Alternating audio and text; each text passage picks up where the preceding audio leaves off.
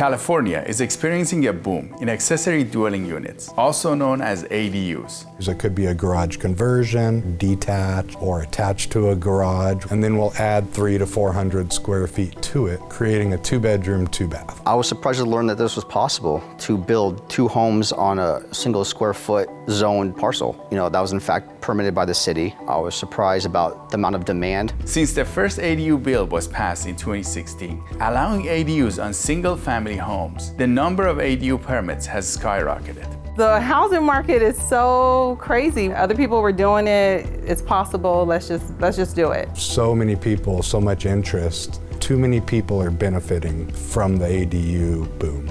But along with the surge of development, some city leaders and residents are also raising concern for the community. So if someone owns a big piece of property and by right they're allowed to put an ADU in their home, then someone could be upset about that. Let's say we have 100 homes. People come in with their hard-earned dollars and invest in those homes with an expectation that the neighborhood is going to stay the same. Now in those 100 homes, you can add another 100 homes right there within the homes that exist. The impact on the cities is a number of things: parking, infrastructure, quality in neighborhood, privacy issues. Today, we'll look into the growing trend of ADUs in California. We speak with homeowners, developers, investors, city leaders, and community organizers to discuss what it takes to build ADUs, their potential benefits and risks, and their impacts on the housing market in California. These ADUs are going for market rates. And suddenly my investment looks pretty good because I've increased the rent for that property. Make sure to watch until the end to hear all different perspectives on this phenomenon.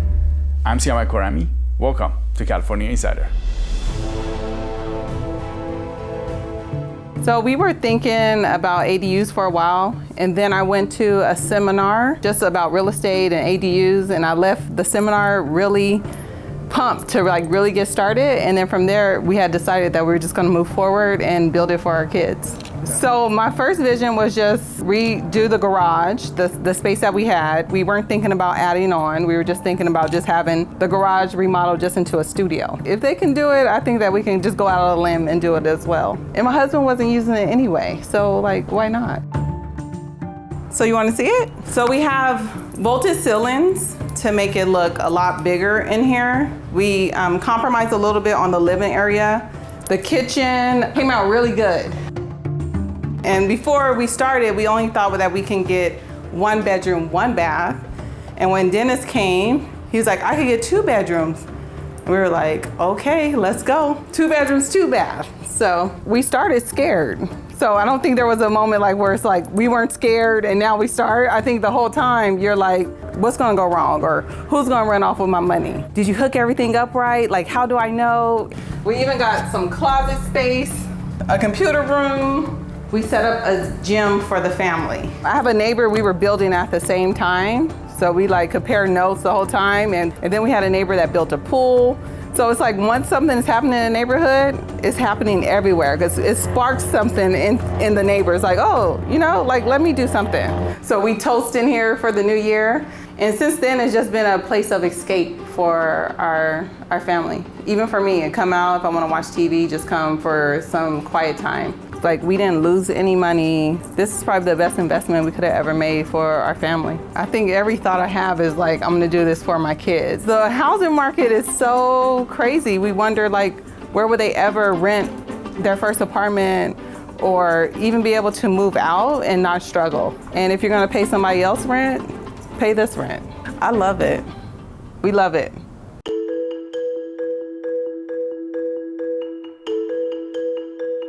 There is a boom that's going on in California with ADUs. You're involved with this. Can you tell us what's happening? What do you see? Well, I'm a developer, I'm a general contractor. I own a construction company where we specialize in ADUs. The ADU law just is relatively new, about 4 years old. And since then I've done over 50 to 60 ADUs. I currently have 30 of them in various stages between permitting and construction, and multiple requests each week. So many people, so much interest. I really can't see this going away anytime soon. It just too many people are benefiting from the ADU boom. And now, how easy is it to build an ADU? Can you explain how long does it take? Most of the cities are receptive. They understand they have to pass the ADUs. There are a few that are difficult. And so they'll try to fight you on the little things and make it difficult and just delay the process and all that. So in general, permitting process takes between 3 to 8 months, and then we get to begin construction. And since there's so many different types of ADUs, it could be a garage conversion, which would take as little as 3 months. I've done them as little as 2 months. But 3 to 4 months is an average time if we're converting somebody's garage into living space. If we're going to do a whole ADU in their backyard, detached or attached to a garage, whatever it may be, the average time frame is between 4 and 6 months. And it shifts between city and the circumstances of the build. So what kind of these structures are available? So there's the garage model, and then there's the separate structure. Can you explain to us what they are? Yeah, so if somebody has a garage, whether it's attached to their house or detached to their house, they generally are about 400 square feet. So at 400 square feet, I recommend a nice size studio.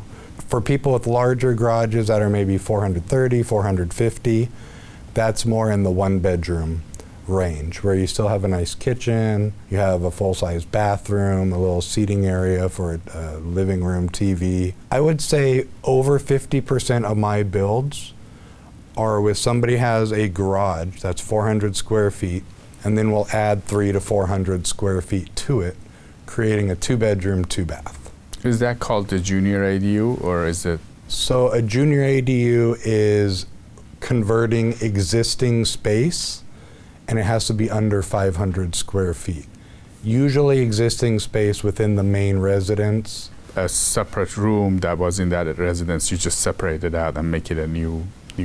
That's exactly correct. I would say those are actually less common. The other 40 to 50%, they just have a big backyard and they want a detached ADU in their backyard. I've built them as high as 1,200 square feet. I've done 2-story, all sizes, just depends on the property, who's going to live there. And what is the cost of building something like this? Converting a garage is less expensive. So between $125,000 to $140,000 just to convert somebody's garage. That's fully finished. It includes the blueprints. It doesn't include a few things like city fees and a couple other items. And what about an actual separate structure in your backyard? What is the cost of that? So that varies depending on how big it is. Generally, the larger the size, the lower the price per square foot, because it takes about the same amount of time whether I'm building a detached 500 square foot or a detached 1,200 square feet. To give you an idea, 1,000 square feet, which could be a 3-bedroom, 2-bath, fully finished with blueprints and all, that would range between $250,000 to $300,000, maybe more like $265,000 to $300,000.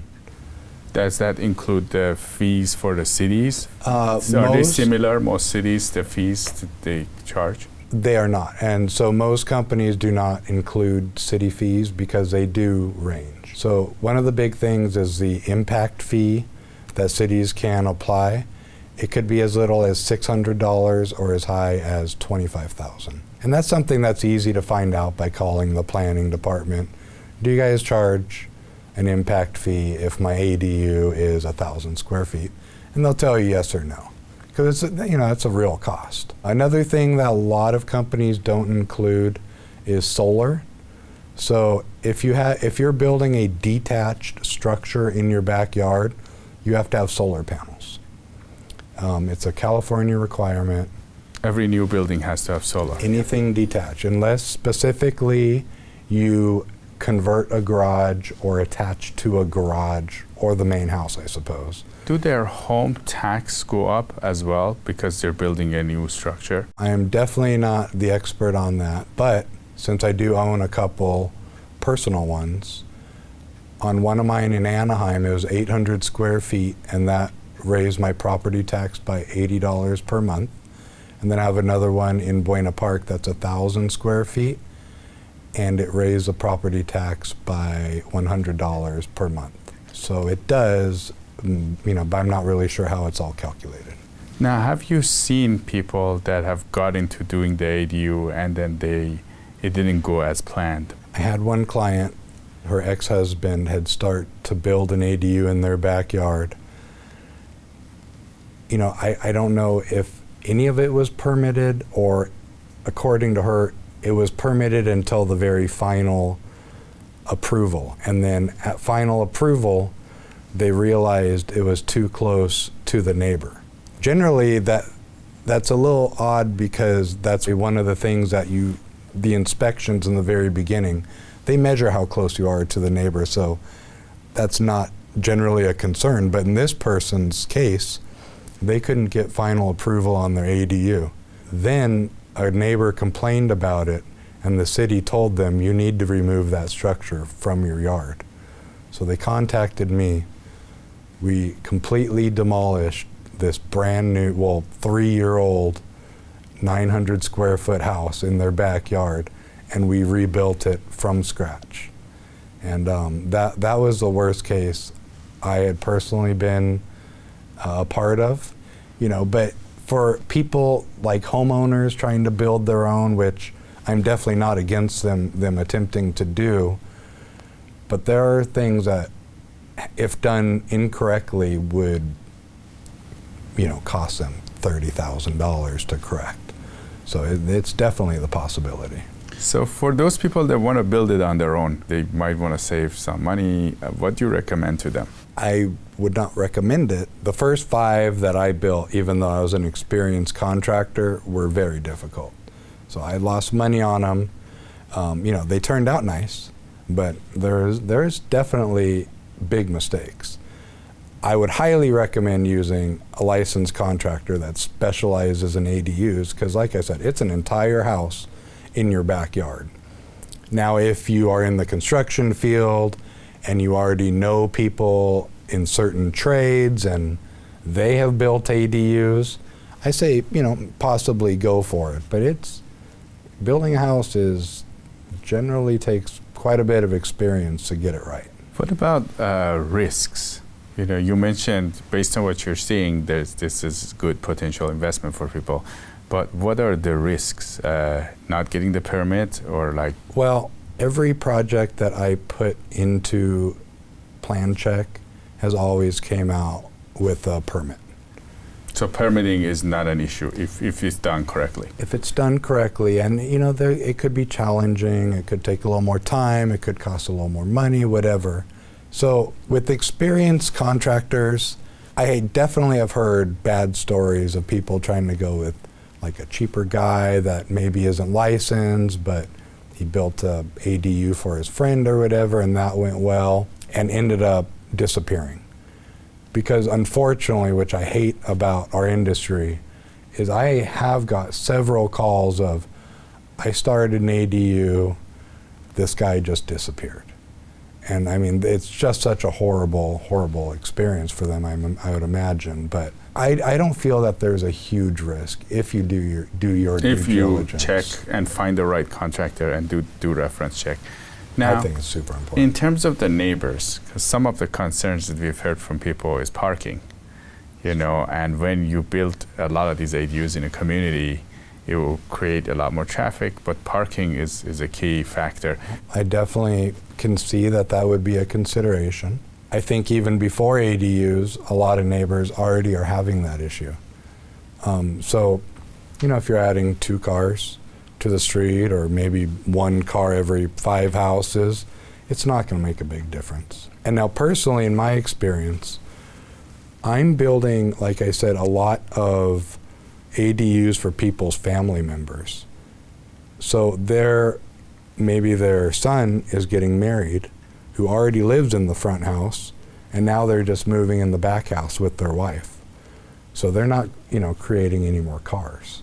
So a lot of mine, it doesn't have any impact. I do believe that the city should make it a lot easier for people to maybe put in a second driveway, or loosen up their laws to expand someone's driveway, because they're very difficult as far as people that want to create space on their property, they'll make it impossible for them to expand it, even if they want to. And so I think that's something the cities could do better. But on the other hand, I've done about 20% of my projects, we have figured out a way to create a second driveway. Would you call somebody doing it irresponsibly? And what does that look like when somebody does build these ADUs in an irresponsible way that could impact the neighborhood? I have turned down a few jobs where they'll say, I want a 2-story ADU in my backyard. I want to use every square inch of my backyard. They're overlooking, all the neighbors. There's no parking already. There's no way for our people to come in and out. There are a few people like that just don't have much respect for the neighborhood. But that's 1 out of 40. Most people care about their neighborhood, they care about their neighbors, and so they'll do the responsible things like, I will consider parking. If I don't have space, I'm not going to build the 3-bedroom, let's just do a 2-bedroom. Let's make it comfortable, let's try to find the best tenant so nobody has problems. I think, there's really not too many negatives about the ADUs if it's done responsibly.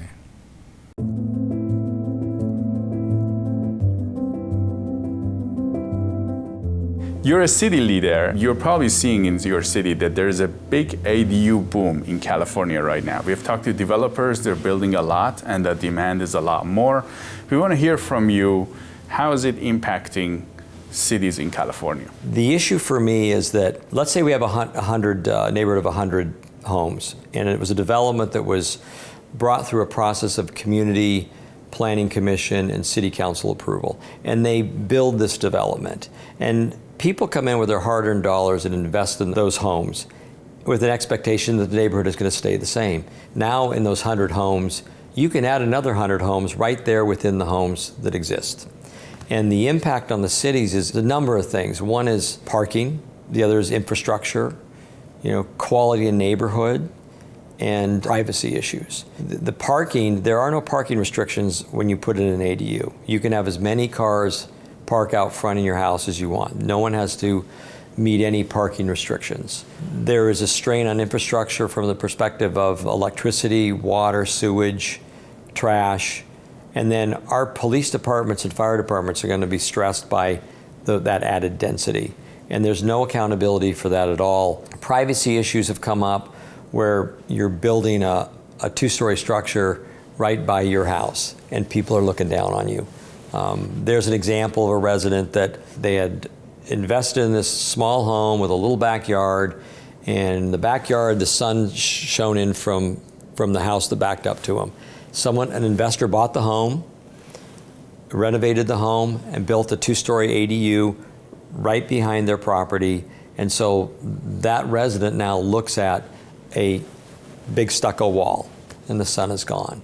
And that's the second part that I mentioned is representing our residents and our community. For those people that invested in properties and were looking for community and a good neighborhood, those neighborhoods are changing without their vote, without their representation. And the quality of their neighborhood and the value of the property they invested is going to go down. That's another issue that I think I heard about this in maybe San Francisco or Palo Alto, is the complaint is you've got very old historic neighborhoods and you're building these modern ADUs and they really just don't fit the neighborhood itself. So you're trying to fix a housing crisis by implementing this, and you're destroying the values of the people that own those properties and the community within the neighborhood and the nature of the neighborhood that's existed for a long time. And I know the intent was to create more housing stock and affordable housing. It's not creating more affordable housing. These ADUs are going for market rates. And in fact, as an investor myself, I'd look at a neighborhood and go, I can buy that house, I can add an ADU, and suddenly my investment looks pretty good because I've increased the rent for that property. And that's another issue I have, is that I have nothing against renters. It's wonderful, everybody's wonderful, but we're always promoting home ownership because we believe home ownership leads to better communities. Well, ADUs are encouraging investors to come in and build rental properties. And so Your beautiful home you bought in your neighborhood, you may be living next to an ADU and a renter, maybe someone that stays there 6 months, a year, is not long term, and that's the issue.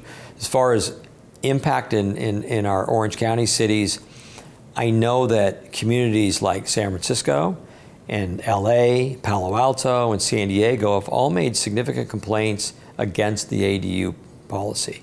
You know, LA has severe parking problems and infrastructure problems and traffic concerns. San Francisco has an aging infrastructure, sewer, water.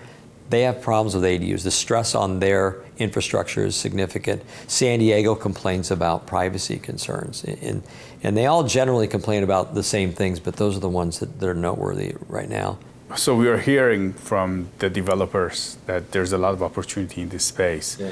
Do you think that a lot of the single-family homes in California will end up having these, or do you think it will be a small portion of them? They can build them anywhere. There's a very low bar on setbacks and regulations. They've thrown out the window. You can build on top of your garage. You can build in your backyard. So there's a lot of opportunity to build these. And the more square footage you might have in a piece of property, the more likely that you're going to see it. I think it's Palo Alto has complained about the number of applications they have gotten. So they've overwhelmed the permitting process infrastructure. It's an economic decision. I think there's two risks you have. Really, is it economically viable for someone to put an ADU in? What's the rental rate? What's the cost to do it? That's going to drive it.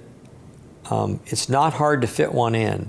Like I mentioned, the neighbor that had the issue with where they put up the 2-story ADU, the property that backed up to them was only a 4,000 square foot lot, and maybe a 2,000 square foot existing home.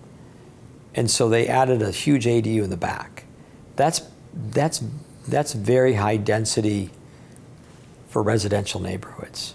I think the biggest risk I see is in an ADU environment is the investor who wants to own property that can add an ADU and make and debt service based on adding an ADU and getting that extra rent, and then it cash flows as an investor. That's the biggest concern I have. You know, I'm not concerned about someone wants to build an ADU for their grandma. That's a wonderful thing that I'd have a hard time not supporting. Theoretically, I don't think it will add enough housing stock to make a dent in our affordable housing needs. It may add housing, but it's going to add housing to the detriment of the people in the neighborhoods that invested in those homes.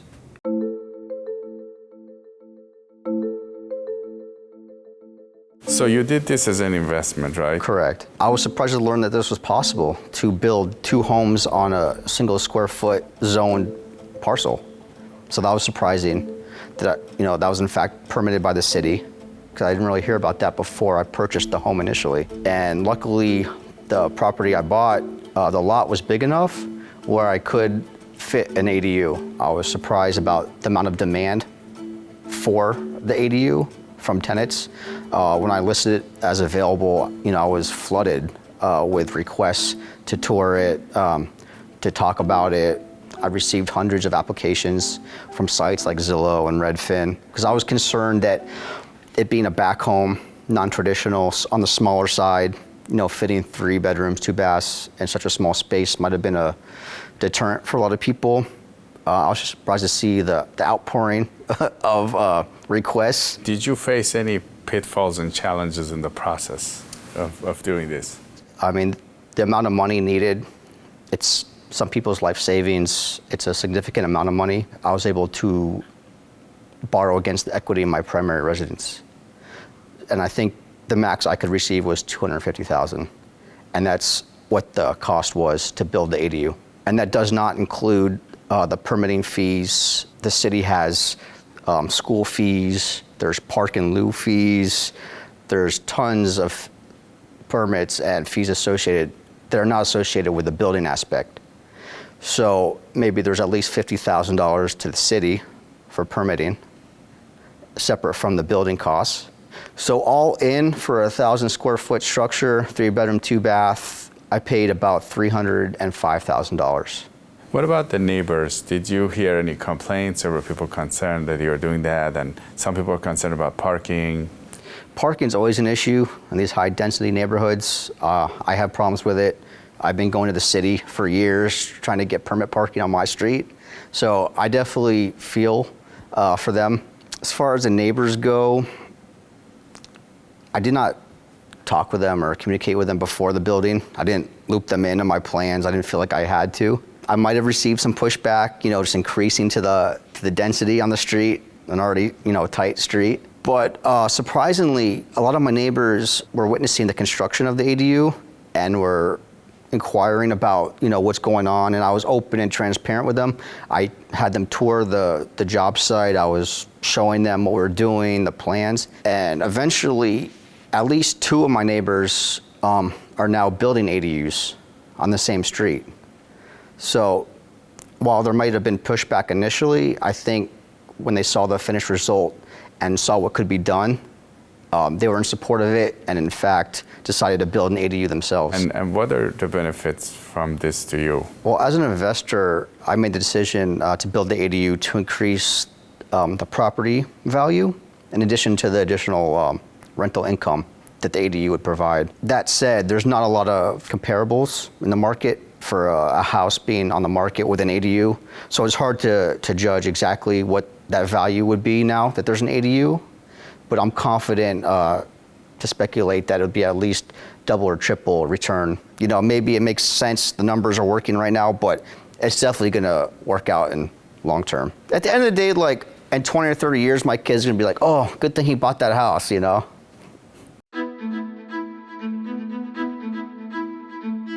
You're a mayor of a city. What are your thoughts on all of this? A lot of people that live in my city, when they hear about ADUs and people adding these to their existing lots, they don't really know what that means. So the initial reaction is that who's going to be moving into these units and how's that going to affect the safety and the capacity of the sewer and water systems and that to function.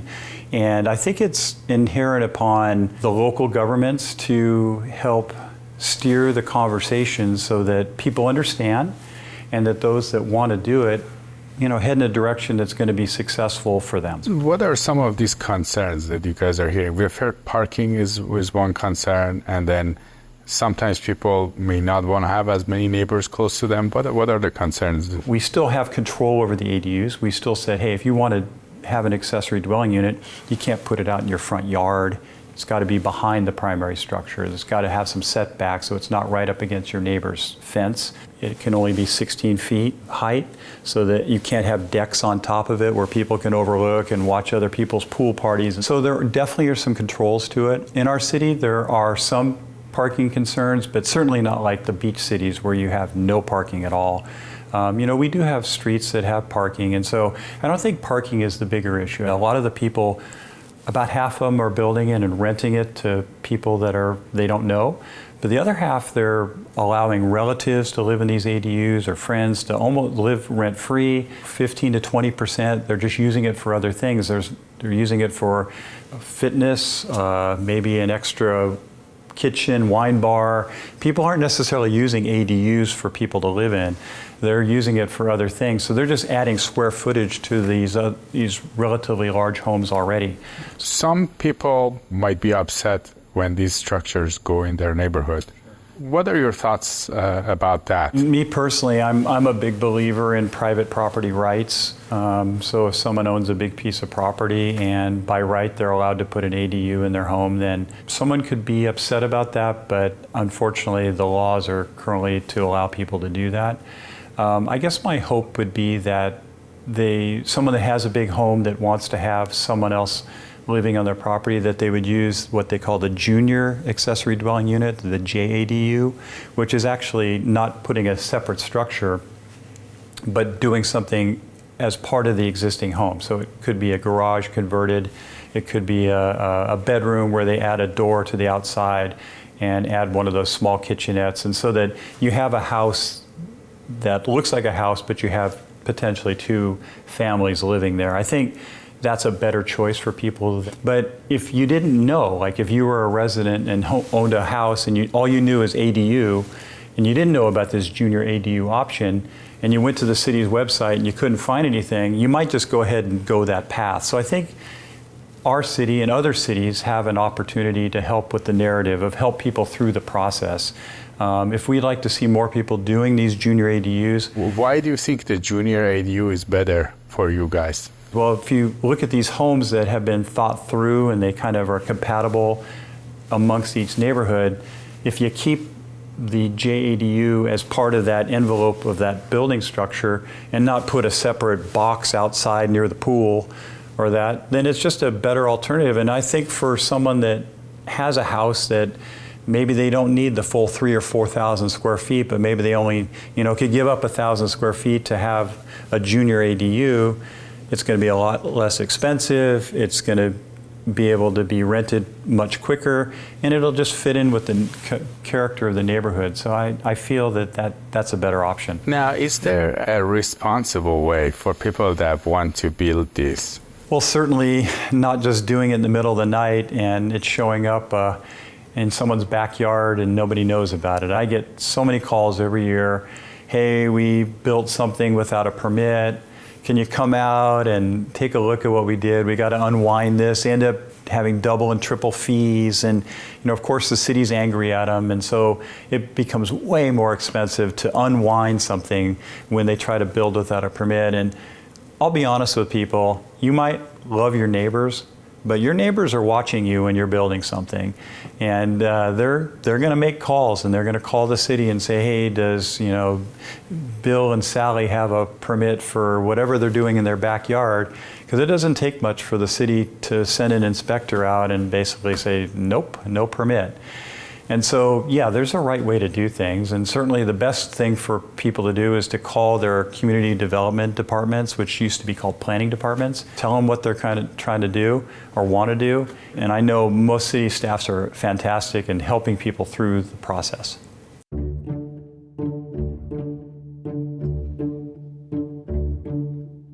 You guys are a community organization, a group of neighbors, and you think about the homeowners from the homeowners' perspectives. Can you tell us what are some of the challenges you've seen with this ADU boom? So in San Diego, really the program consists of two components. There's the allowance that a homeowner can put an accessory dwelling unit in their yard. That single ADU, that's what the state law allows. That's what every city other than San Diego has adopted. What San Diego did is they exploited this to create an opportunity to effectively build as many ADUs as you want on a property, which just transformed it from being a homeowner-focused program to really being a developer-focused program. And if you put it in perspective, so San Diego is building thousands of ADUs in the conventional way. None of those are particularly controversial. Certainly, we don't oppose those as Neighbors for a Better San Diego. And in fact, many of our supporters actually have ADUs on their property, a converted garage or an additional unit they put in your backyard. Our opposition is sort of turning single-family neighborhoods into financial products where now somebody can come in and use something that was intended to benefit homeowners to really become something where a developer can put 5, 10, 32. We even have a proposal in San Diego where somebody wants to put over 140 ADUs on a single-family zone property. And that's clearly not fitting with any context of general density or so-called granny flats. What are the potential concerns? Why are you concerned about having a lot of ADUs in the community when there's so many of them? Because there's a difference between having ADUs scattered throughout a community where the burden on infrastructure, street parking, and all those aspects are evenly distributed through a community and can be absorbed by a community, where you suddenly concentrate a large number of ADUs on a single lot. The neighborhood infrastructure wasn't designed for that. And that's where, a lot of times these are on lots that are in very high fire hazard severity zones. They're on hillsides, they're being put into areas that really are the furthest from transit and the least effective in terms of achieving climate goals. So the San Diego one went into effect in 2020, and then it allows you to build as many as possible? There's what's called a floor. It's a very complicated mathematical thing, but there's what's called a floor area ratio. So you're allowed to build on a given lot an amount equal to how big your lot is times what's called a floor area ratio. So in a typical 5,000 square foot lot, it means you can have 3,000 square feet of development. And so San Diego, normally an ADU is limited to 1,200 square feet, but in San Diego's ordinance, you can build as many as get you up to that floor area ratio. So on a 5,000 square foot lot, typically you can get 5 ADUs plus the original home carved up. On a 10,000 square foot lot, you can get, twice that. And we have people that are using acre lots and they're getting 142 of them. So how do you put 5 ADUs in a 5,000 square foot? So isn't it 3,000 square foot of building? Well, this gets into the affordability aspect of it, because the prime targets for ADU, these multiple ADU projects, are lots that have the biggest possible lot and the smallest possible existing house. So a lot of these, even on a 5,000 square foot lot, if your original house is a 1,000 square foot starter home, that still leaves 2,000 square feet for ADUs, which is enough to put 4 ADUs. You take the garage, you make another ADU, and now you've got a 6-unit apartment facility. And then can they go to the second floor? How's the height? So there is a height limit. If you have a 4-foot setback, you can go to 25 feet, which is enough to put in a 2-story building. So it's not 3 stories. You couldn't do that, but you can basically put a 2-story ADU on any lot in San Diego. Essentially, you can build an apartment building. That's basically what it is. And that's one of the things we said early on, because they sort of package these as general density and granny flats. And when really it's, 2-story apartment buildings that have been thrown into the backyard of somebody's lot. That usually involves cutting down a mature tree because you need to take away the backyard. And so it's not just adding more and more, it's taking away the urban canopy, the permeability of our land, which increases heat island and runoff and a bunch of other negative effects. Is it applying to the city of San Diego? It's not the county, right? Just the city of San Diego. Like I said, every other jurisdiction we're aware of just allows that 1 ADU, and they may have some incentive for making these affordable that is around streamlining permits or providing, pre-developed plans. Nobody sort of took this and turned it into what San Diego did. And one of the reasons this is important for all of California is, Sacramento watches what's happening in San Diego very closely. They've tried to promote this as a profoundly successful solution to our housing needs. As long as it gets promoted in San Diego, eventually it's coming for the rest of California, unless we can stop it here.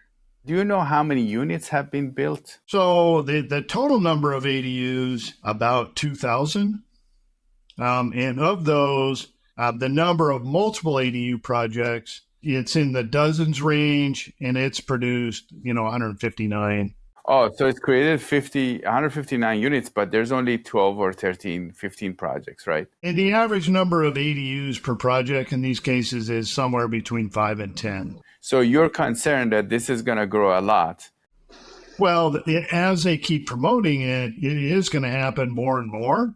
Only half of those units are what are called deeded moderate, which is basically a studio renting for $2,000 a month, which, is not what most people would consider an affordable home, but that's the way it is because San Diego's median income is fairly high. Our point is, for that little yield, what we're doing is we're increasing the price of all single-family homes. I went back, if that starter homes in San Diego, because they're the ideal targets, that's one of the things that's pushed San Diego's median house price over $1 million is that not just a reduction in the number of units, for sale homes, but the fact that every person who wants to go out and buy their first home has to compete with an ADU developer for that lot. The biggest part of it is, regardless of how many are done, it's driving up the cost of single-family homes. So in the name of affordability, we're making buying a home less affordable in San Diego. We don't build condos.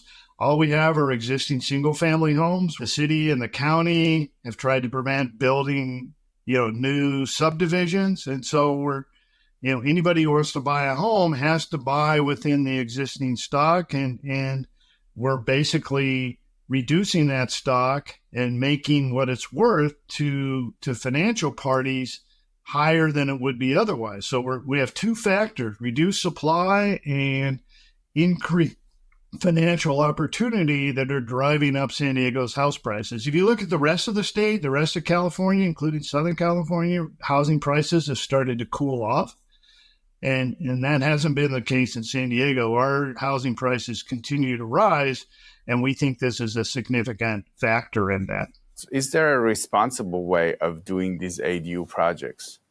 Well, so for us, the responsible way to do the ADU projects is the way that the state envisioned it, right? That you would put a single ADU on a property. You could also build a junior accessory dwelling unit. People have been fine with that, and people have used that as homeowners, and it's been quite an effective program. The idea of suddenly using what the state did and allowing an unlimited number of ADUs is just taking the program too far.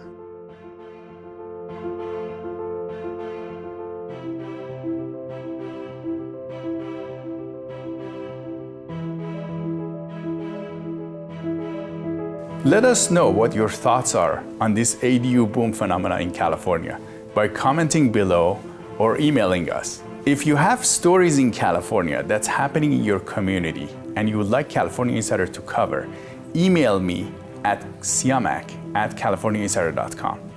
We'll see you next time.